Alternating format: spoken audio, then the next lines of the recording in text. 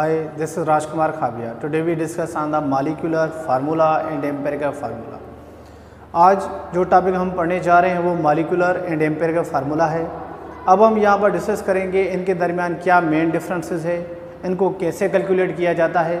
तो इसी टॉपिक को समझने के लिए आप सभी दोस्तों को एंड तक इसको देखना होगा, और अगर आप इस चैनल पे न्यू हैं तो काइंडली लाइक और सब्सक्राइब करना ना भूलिएगा।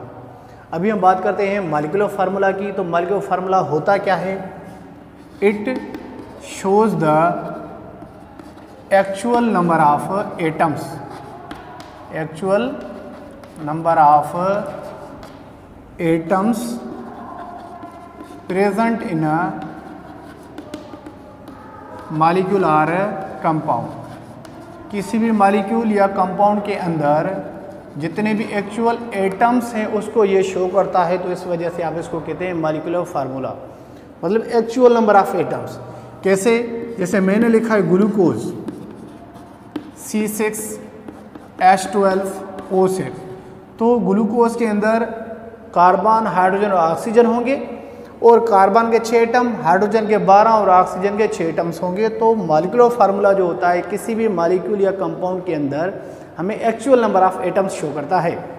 अब actual number of atoms show करता है तो इट गिव्स स्ट्रक्चर। तो अगर actual number of atom show कर रहा है तो ये स्ट्रक्चर भी बताएगा। It give the structure of molecular compound. किसी भी कंपाउंड या मॉलिक्यूल की स्ट्रक्चर भी हमें बता सकता है। उसके साथ साथ अगर ये हमें पता है तो हम इसकी स्ट्रक्चर भी ड्रा कर सकते हैं, ग्लूकोज की स्ट्रक्चर बना सकते हैं। एंड इट गिव्स प्रॉपर्टीज या it shows the properties of molecular compound. किसी भी मॉलिक्यूल और कंपाउंड की हमें प्रॉपर्टीज भी शो करवा सकता है या बताने में हेल्प कर सकता है।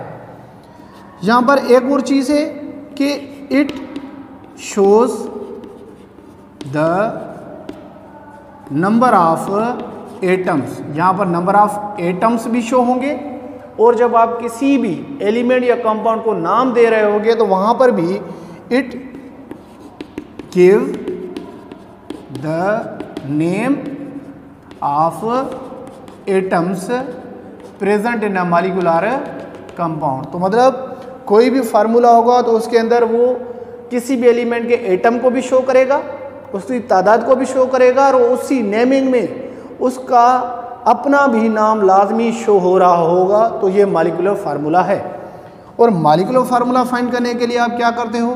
पहले तो करते हो N is equal to molecular formula mass divided by empirical formula mass. जब ये आपको डिटरमाइन हो जाता है तो सेकंड स्टेप में आप करते हो कि molecular formula is equal to empirical formula whole n। मतलब एम्पिरिकल फार्मूला को जब n मतलब नंबर ऑफ मोल्स या इंटीगर नंबर आप कह सकते हो, इसके साथ जब मल्टीप्लाई करोगे तो आपके पास मॉलिक्यूलर फार्मूला आ जाएगा। अब हम आगे चलते हैं इनकी प्रॉपर्टीज की तरफ। तो यहां पर जो इसकी प्रॉपर्टीज हैं, some compounds having same molecular formula and empirical formula. कुछ कंपाउंड्स का जो मॉलिक्यूलर फार्मूला और एम्पिरिकल फार्मूला है वो सेम होता है। जैसे H2O, NaCl, MgCl2, CaCO3, H2SO4, इनका मॉलिक्यूलर या एम्पिरिकल फार्मूला क्यों सेम है? क्योंकि इनमें से कोई ना कोई एक जो एलिमेंट या आइटम है वो ऑलरेडी सिंपलेस्ट है, तो ये फर्दर सिंपल हो नहीं सकता। तो इसी वजह से इसका जो मॉलिक्यूलर और एम्पिरिकल फार्मूला रहता है वो सेम रहता है। ठीक है, पहले हम बात कर लेते हैं एम्पिरिकल फार्मूला की, तो आपको फिर ये इजीली समझ आ जाएगा कि कैसे हुआ। जैसे एम्पिरिकल फार्मूला क्या होता है? Empirical formula, this word is taken from Greek word. Empirical formula कैसे लिया गया? ग्रीक से एम्पेरिकोस, एम्पेरिकोस। जिसका मकसद है विच depend upon observations and experiments. ये किस पर डिपेंड करता है? ऑब्जर्वेशंस एंड एक्सपेरिमेंट पे। तो जो एम्पिरिकल फार्मूला है वो ग्रीक लैंग्वेज एम्पिरिकोस से लिया गया वर्ड से, जिसका मकसद है ऑब्जर्वेशंस एंड एक्सपेरिमेंट। अब हम बात करते हैं, जैसे उसके लिए आपने कहा था कि molecular formula actual number of atoms बताता है, तो ये क्या बताता है? इट शोज सिंपलेस्ट और रिलेटिव नंबर ऑफ एटम्स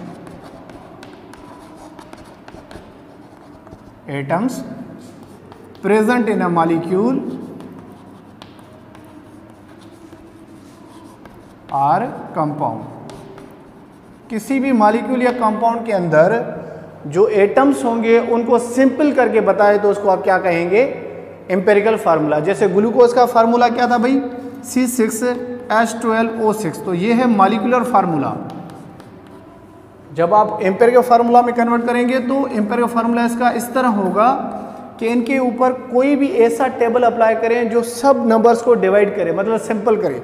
तो मैंने यहाँ पर पढ़ा 6 1 6, 6 2 12, 6 1 6, तो CH2O, तो ये बन गया एम्पिरिकल फार्मूला।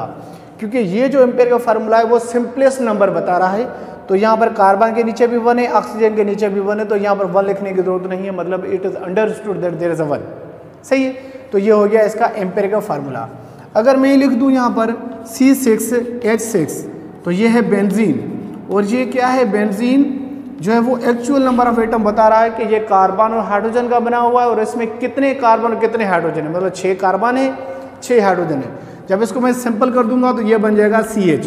तो ये बन गया एम्पिरिकल फार्मूला, ये भी बन गया एम्पिरिकल फार्मूला। तो एम्पिरिकल फार्मूला जो होता है हमेशा किसी भी मॉलिक्यूल या कंपाउंड को सिंपलेस्ट रेशियो में बताता है। और जैसे it does not explain the properties. अब ये जो है किसका एम्पिरिकल फार्मूला है? बेंजीन का। लेकिन ये बेंजीन की कंप्लीट प्रॉपर्टीज हमें बता नहीं पाएगा, तो ये कंप्लीट प्रॉपर्टीज नहीं बताता। प्रॉपर्टीज ऑफ मॉलिक्यूल और कंपाउंड, किसी भी मॉलिक्यूल या कंपाउंड की प्रॉपर्टीज भी नहीं बता पाएगा। उसके साथ साथ ये एक्चुअल नंबर ऑफ एटम्स भी नहीं बता पाएगा, या आप इसको कह सकते हो कि ये स्ट्रक्चर नहीं दे पाएगा। इट डजंट गिव स्ट्रक्चर, ये स्ट्रक्चर भी मॉलिक्यूल या कंपाउंड को नहीं दे पाएगा। उसके साथ साथ ये इट डज नॉट शो, क्या करेगा? Number of atoms, actual number of atoms भी नहीं बता पाएगा। और it does not give name to obtained formula. जो आपके पास फार्मूला ऑब्टेन्ड हो गया सिंपलेस्ट के बाद, उसको ये कोई भी एक्चुअल नाम भी नहीं दे पाएगा, एक्चुअल नंबर भी नहीं दे पाएगा, उसकी प्रॉपर्टीज भी नहीं बता पाएगा, और ना ही उसके स्ट्रक्चर के बारे में बता पाएगा। तो ये हमारे पास है एम्पिरिकल और मॉलिक्यूलर फार्मूला के दरमियान जो है वो डिफरेंस है।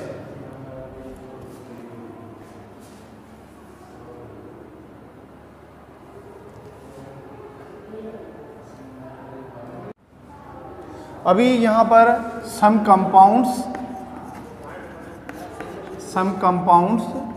हैविंग डिफरेंट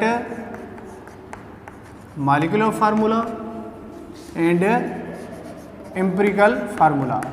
कुछ कंपाउंड्स ऐसे होंगे जिनका मॉलिक्यूलर और एम्पिरिकल फार्मूला क्या होगा? चेंज होगा। जैसे ग्लूकोज और बेंजीन का आप कर चुके हो। यहाँ पर मैं एग्जाम्पल लेता हूँ एसिटिक एसिड का, CH3COOH।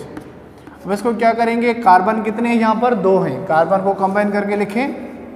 हाइड्रोजन कितने हैं? 4 हैं। और ऑक्सीजन कितने हैं? 2 हैं। इनको सिंपल करोगे तो क्या हो जाएगा? 2 1 2, 2 2 4, 2 1 2, CH2O। तो ये बन गया कि इसका मॉलिक्यूलर फार्मूला चेंज है और एम्पिरिकल फार्मूला चेंज है। एक और कंपाउंड है अपने पास C2H2, जिसको आप इथाइन भी कहते हो या एसिटाइलिन, इथाइन या एसिटाइलिन। इसको सिंपलेस्ट करोगे तो CH बन जाएगा। तो मतलब कुछ कंपाउंड्स ऐसे हैं जिनका मॉलिक्यूलर एम्पिरिकल फार्मूला क्या होता है, चेंज होता है, और कुछ कंपाउंड्स ऐसे होते हैं जिनका मॉलिक्यूलर एम्पिरिकल फार्मूला क्या रहता है, सेम रहता है। सम, ये मैं पहले भी बता चुका हूँ लेकिन अगेन एक्सप्लेन कर लेता हूँ। Some compounds having same empirical formula and molecular formula. जैसे यहाँ पर लिख देता हूँ C12H22O11। अब इसको 2 का टेबल अप्लाई होगा 12 पे, 22 पे भी, लेकिन 11 पे अप्लाई नहीं होगा। 11 का टेबल 11 पे होगा, 22 पे होगा, लेकिन 12 पे नहीं होगा। तो इसका एम्पिरिकल और मॉलिक्यूलर फार्मूला क्या रहेगा, सेम ही रहेगा, C12H22O11। अगर मैं यहाँ पर लिख दूँ सल्फ्यूरिक एसिड H2SO4, तो यहाँ पर H और ऑक्सीजन सिंपल हो सकते हैं, लेकिन सल्फर ऑलरेडी सिंपल है तो ये फर्दर सिंपलेस्ट नहीं होगा, तो इसी वजह से इसका एम्पिरिकल और मॉलिक्यूलर फार्मूला क्या रहेगा, सेम रहेगा। सही है। तो मतलब कुछ ऐसे कंपाउंड्स हैं जिनका मॉलिक्यूलर एम्पिरिकल फार्मूला सेम रहता है because they are already in the simplest ratio, because already in simplest ratio. ये जो कंपाउंड्स गिवन है जिनका एम्पिरिकल मॉलिक्यूलर फार्मूला सेम रहता है वो पहले से क्या है, सिंपलेस्ट रेशो में है।